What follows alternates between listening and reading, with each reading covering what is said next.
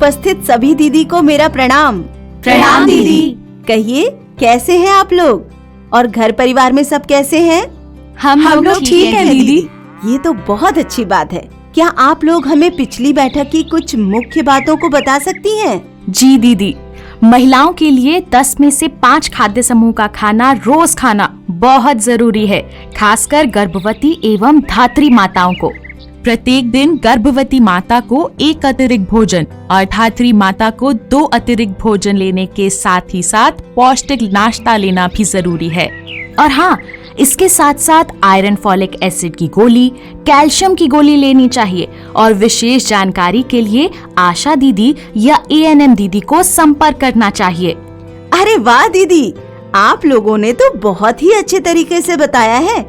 सभी लोग अपने लिए एक बार जोरदार ताली बजाएं। दीदी, पिछली बैठक के बाद से बार बार मेरे मन में एक ही सवाल आ रहा है।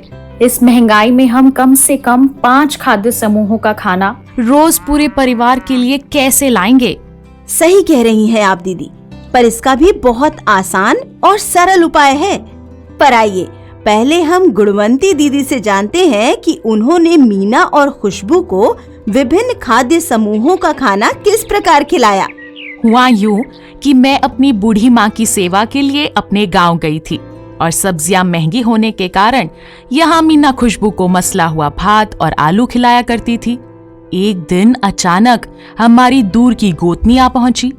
खुशबू को खाना खिलाते देखकर उन्होंने कहा कि खुशबू की शारीरिक वृद्धि और विकास के लिए भात और आलू पर्याप्त नहीं है, इस तरह वो तो और भी कमजोर हो जाएगी।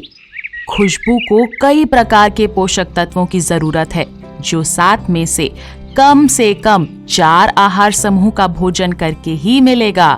पोषण बगीचा लगाकर तरह तरह के फल और सब्जियों को आसानी से प्राप्त किया जा सकता है।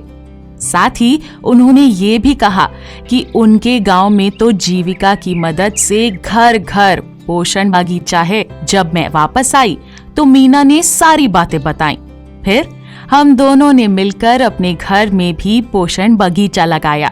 इससे हमें साल भर पौष्टिक साग सब्जियां भी मिल जाती हैं और पैसों की बचत भी हो जाती है। पोषण बगीचा वो क्या होता है? जरा हमें भी विस्तार से बताइए ना। पोषण बगीचा माने घर या घर के आसपास की जमीन पर लगाई गई फल और सब्जियों का बगीचा, जिसमें हरी पत्तेदार साग सब्जी, लाल और पीले फल एवं सब्जियां और मौसमी फल सब्जियां उपजाई जाती हों। लेकिन हरी पत्तेदार साग सब्जी, लाल और पीले फल एवं सब्जियां और मौसमी फल सब्जियों से बच्चों को क्या फायदा होगा दीदी? पोषण बगीचा से बच्चों को तो फायदा होगा ही, साथ ही साथ पूरे परिवार को भी फायदे होंगे। जैसे घर के सभी सदस्य, विशेषकर गर्भवती माता, धात्री माता और बच्चे हरी पत्तेदार साग सब्जी खा पाएंगे, जिससे कि वो खून की कमी अर्थात एनीमिया से बच पाएंगे। लाल पीले फल और सब्जी भरपूर मात्रा में खा पाएंगे। इससे इनके शरीर को भरपूर मात्रा में विटामिन ए मिलेगा, जिससे वो रतौंधी एवं और भी कई बीमारियों से बच सकते हैं। मौसमी फल सब्जियों से सर्दी, खांसी, जुकाम आदि से बच पाएंगे। अच्छा, तो पोषण बगीचा लगाना इसलिए जरूरी है? इतना ही नहीं, और भी बहुत सारे फायदे हैं पोषण बगीचा के। जैसे पूरे परिवार के लिए साल भर ताजी सब्जियां और फल उपलब्ध हो जाता है, जिससे कि हम रासायनिक और कीटनाशक दवाई के उपयोग से बच जाते हैं। आहार विविधता अर्थात महिलाओं को 10 में से 5 और बच्चों को 7 में से 4 आहार समूह आसानी से दिया जा सकता है। बाजार से सब्जी फल लाने की परेशानी से तो छुट्टी मिलती ही है, साथ में पैसों की बचत भी होती है। सही कहा आपने, लेकिन पैसे कैसे बचेंगे दीदी? थोड़ा बताइए ना। अरे दीदी, जब हम विभिन्न प्रकार के फल और सब्जी खाएंगे तो हमारे शरीर में रोगों से लड़ने की क्षमता बढ़ेगी, हम बीमार कम पड़ेंगे और डॉक्टर को जाने वाला पैसा बच जाएगा। साथ ही शहर आने जाने और फल सब्जियों के मूल्य पर होने वाले खर्चे भी तो बचेंगे। इतने सारे फायदे, तब तो मैं भी पोषण बगीचा जरूर ही लगाऊंगी। दीदी, इसके लिए क्या करना चाहिए? और इसे कब लगा सकते हैं? इसके लिए घर आंगन की जमीन का इस्तेमाल किया जा सकता है और इसे किसी भी मौसम में यानी कि साल भर कभी भी लगाया जा सकता है। लेकिन जिनके पास जमीन नहीं है वो कैसे लगाएंगे पोषण बगीचा? जिनके घर में या आसपास जमीन नहीं है वो अपने घर के छत पर पुराने बोडे, गत्ते, प्लास्टिक के डिब्बे, टूटी फूटी बाल्टी, गमले में भी मिट्टी भरकर पोषण बगीचा लगा सकते हैं। और इस बगीचे में हम क्या क्या लगा सकते हैं दीदी? इसमें हम विभिन्न प्रकार के हरे पत्तेदार साग जैसे पालक, बथुआ, चौलाई, मेथी, पुदीना, सरसों आदि लगा सकते हैं। साथ ही लाल पीले फल और सब्जियां जैसे पपीता, केला, कोहड़ा, गाजर, टमाटर लगा सकते हैं।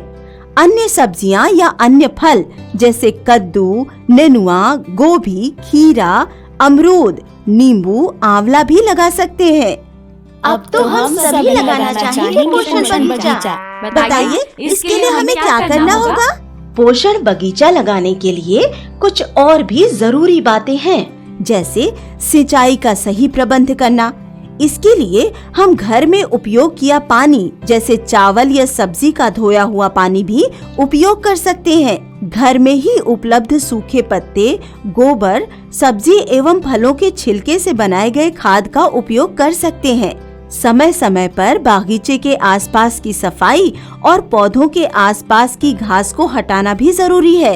एक छोटा सा नर्सरी तैयार करना जिससे कि अगले मौसम में लगाए जाने वाले पौधे बिना खर्च के तैयार हो सकें। और इसकी अधिक जानकारी के लिए आप अपने ग्राम संगठन के VRP से भी मदद ले सकते हैं। तो दीदी अब आप बताएं कि पोषण बगीचा के बारे में आपने क्या क्या सीखा? पोषण बगीचा हर घर में होना चाहिए क्योंकि इसके बहुत सारे फायदे हैं, वो भी बहुत कम खर्च में। बाजार से सब्जी खरीदने पर होने वाले खर्चे को हम बचा सकते हैं और हम रासायनिक कीटनाशक दवाई युक्त फल और सब्जी खाने से बच जाते हैं और हमारा परिवार सुखी और समृद्ध होता है। बहुत अच्छा दीदी, तो आइए एक बार मिलकर बोलें, पोषण बगीचा लगाएं, परिवार को सुखी और समृद्ध बनाएं। पोषण बगीचा लगाएं, परिवार को सुखी और समृद्ध बनाएं। आप सभी का बहुत बहुत धन्यवाद दीदी। फिर मिलेंगे अगली बैठक में एक नए विषय के साथ।